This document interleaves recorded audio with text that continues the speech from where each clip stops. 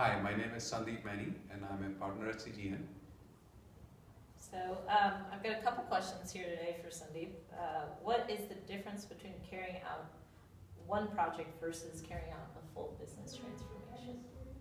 That's a very good question because these days transformation or business transformation is applied so loosely to so many different things. But projects are something which you do to make achieve a certain specific goal. But when you look at business transformation, that's a different way of doing business.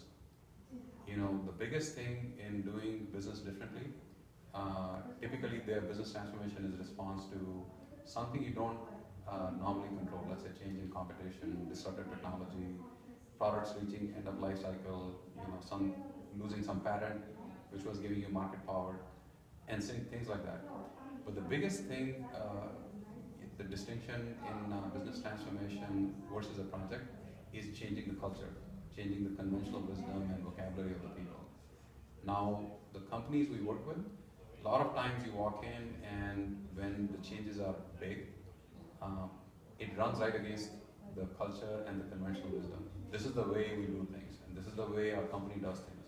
So changing that culture and having everybody understand what the urgency and the objectives are, that's the biggest distinction I feel between projects and making an incremental improvement versus doing a total transformation. So you've talked a little bit about maybe what's different between a simple project versus an overall transformation.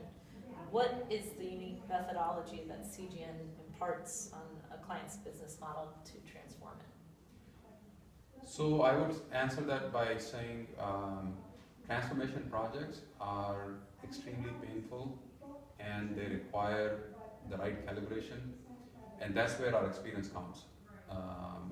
So when you're transforming, you have to follow all the required steps, and they are almost like they form a chain. And if you break any link in the chain, your chain is not going to be complete. So if I may regurgitate, the key things you need to do. One is you need to have a burning platform. So we at CGN will immediately, as soon as we get involved in this, we will try and work with the leadership to develop a pitch and an urgent message for the organization that this is really not optional. And that urgency has to come from the top. So regardless of the scope of the transformation and who's involved in it, you need to get the leadership to buy into it, stand by it, and create that message. Then the next step is to get that message understood by people that this is really not optional. Then preparing the culture for that change and for that transformation to happen.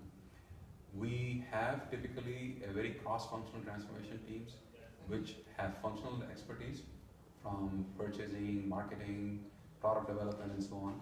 We also have teams which are well versed with finance, who can create this financial implication models to say, if we do things this way, in that scenario, this is what our margins and finances will look like. If we do it differently, and if we read the full transformation, what is going to happen to our business?